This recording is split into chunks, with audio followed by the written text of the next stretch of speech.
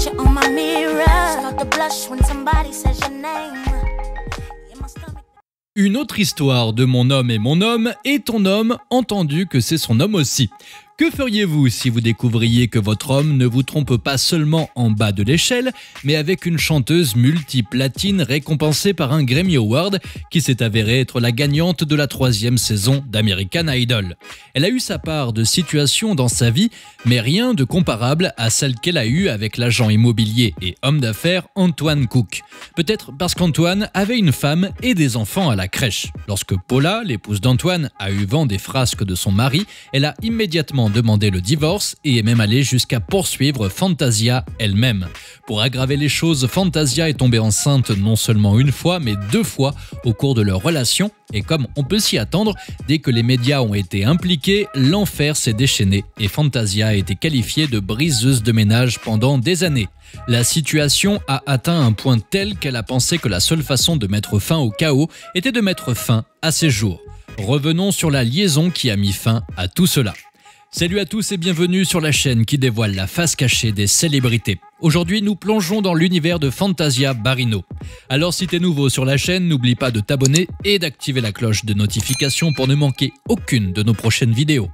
Fantasia Barrino a eu sa chance lorsqu'elle a été auditionnée pour l'émission de concours de chant de la Fox, American Idol en 2003. Bien qu'elle ait traversé des périodes de turbulence pendant son parcours, elle a persévéré et a fini par remporter le concours général, mais les turbulences n'ont pas cessé une fois l'émission terminée. Au plus fort de sa suprématie au début des années 2000, elle a sorti une multitude de tubes au fil des ans et a réussi à s'imposer comme l'une des plus grandes chanteuses de notre époque, mais tout s'est écroulé à l'été 2009 lorsqu'elle s'est retrouvée impliquée dans une histoire avec un homme marié. Antoine Cook n'était qu'un homme d'affaires ordinaire travaillant comme responsable des ventes au détail dans un magasin T-Mobile local situé en Caroline du Nord lorsqu'il a rencontré mademoiselle Barrino et son mulet.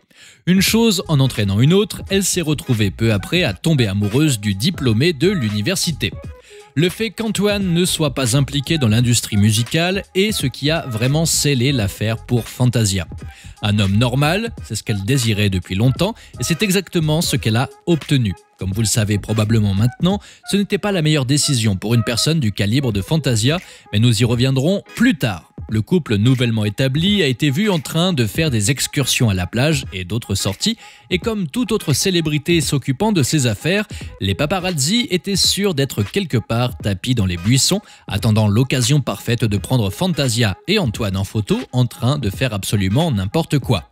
Une fois les photos diffusées sur Internet, un effet domino s'est produit et les médias ont eu vent de la relation de Fantasia.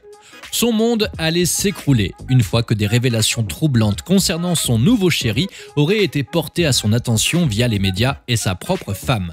Antoine était vraiment là à nous faire un Kevin Hunter, peut-être pas à l'extrême, vivant sa meilleure vie.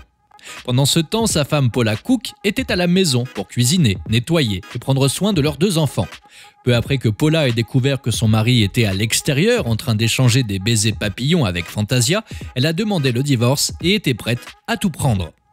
Paula allait bientôt impliquer Fantasia dans une bataille juridique pour obtenir une pension alimentaire de son mari, une pension alimentaire pour enfants et un total de $100 000 en vertu de la Alienation of Affection Law, qui, vous ne le savez pas, est une loi de la Caroline du Nord qui permet à une femme ou à un homme marié de poursuivre le tiers responsable, dans ce cas Fantasia, pour avoir interféré dans un mariage ou l'avoir brisé. Dans la poursuite, Paula a affirmé que Fantasia et Antoine avaient fréquenté des bars, des restaurants, des boîtes de nuit et tout cela dans les rues de la Caroline du Nord. Les deux avaient même des tatouages assortis, Fantasia ayant tatoué le nom de famille d'Antoine sur sa clavicule. La plus grande révélation de toutes était celle des allégations d'une sextape secrète que Fantasia et Antoine auraient faite. Et avant que vous ne demandiez, oui, nous avons cherché et non, nous n'avons rien trouvé. Bien évidemment, Fantasia s'est défendue en affirmant qu'elle n'était pas responsable de la rupture du mariage de quiconque. En fait, elle ne savait même pas que le type dont elle avait le nom de famille tatoué sur le cou et qu'elle voyait depuis moins d'1 an était marié. Apparemment, Antoine racontait de bonnes sornettes à l'oreille de Fantasia en prétendant être séparé de sa femme, mais Paula a affirmé que les deux n'avaient commencé à vivre dans des maisons séparées qu'en juin 2010. Pour ceux d'entre vous qui sont trop paresseux pour faire le calcul, cela signifierait qu'Antoine vivait toujours chez sa femme pendant tout le temps qu'il a passé avec Fantasia. Alors que les audiences se déroulaient et que les médias commençaient à remuer le couteau dans la plaie plus fort qu'une chanson dissidente de Tupac, malgré le fait qu'Antoine ait dit au public de laisser Fantasia tranquille et de lui faire porter lui-même le chapeau, les accusations, les médias et l'attention du public ont commencé à avoir un impact considérable sur l'état mental de Fantasia. En plus de la déclaration choquante selon laquelle elle aurait avorté pendant leur relation, il a été révélé qu'elle était hospitalisée et luttait pour sa vie après avoir pris une combinaison d'aspirine et de somnifères. Le bruit entourant ces allégations était trop lourd à porter pour elle et malheureusement, elle ne voyait pas d'issue. Elle avait tenté de mettre fin à ses jours. Heureusement, notre bonne sœur n'a pas pris assez de médicaments pour faire une overdose et à son réveil, les gros titres sont passés de l'accusation de briseuse de ménage à celle de survivante. En cours de route, Paula a rapidement abandonné les poursuites judiciaires et les demandes de divorce, et tous trois sont passés sous le radar pendant un certain temps. Jusqu'en 2011, lorsque l'intrigue s'est épaissie et qu'il a été révélé que Fantasia avait donné naissance à son fils, Dallas Xavier. Les sourcils se sont levés et un jeu public de deviner le père du bébé s'en est suivi parce que Mademoiselle Barino a refusé de dire à ses fans eh bien, rien. Le vrai gag, c'est qu'elle n'a pas eu à divulguer quoi que ce soit, car les fans avaient fait le rapprochement et découvert qu'Antoine était en fait le père du nouveau-né de Fantasia. Elle a fini par faire savoir que son ex et l'homme responsable de la trajectoire positive de sa carrière était bien le père de son enfant. Après la grande annonce, les choses ont commencé à changer entre Fantasia et Antoine et on ne les voyait plus ensemble comme avant.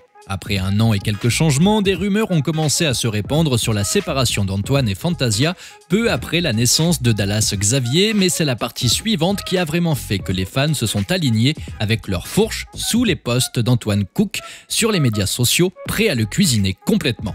Non seulement il a été confirmé que les deux amants s'étaient séparés, mais il a également été confirmé qu'Antoine s'était remis avec sa femme Paula. On dit qu'il a changé d'avis sur sa femme et leur relation. Pourquoi un changement d'avis, demandez-vous ? Le père d'Antoine serait décédé la semaine de la fête des pères et lui, Antoine et Paula, étaient tous très proches, ce qui l'aurait motivé à arranger les choses avec sa femme. La chronologie des événements n'a pas été bien accueillie par les fans de Fantasia car ils ont définitivement gardé rancune à Antoine. Malgré ce que l'on peut penser, Antoine insiste sur le fait qu'il a tout simplement changé d'avis et qu'il voulait arranger les choses avec sa femme. Il se trouve que tout cela a coïncidé peu de temps après la naissance du fils qu'il partage avec Fantasia. Cette relation unique a failli détruire à elle seule toute la carrière de Fantasia, mais elle a également donné lieu à une discussion importante que nous voyons se produire à maintes reprises.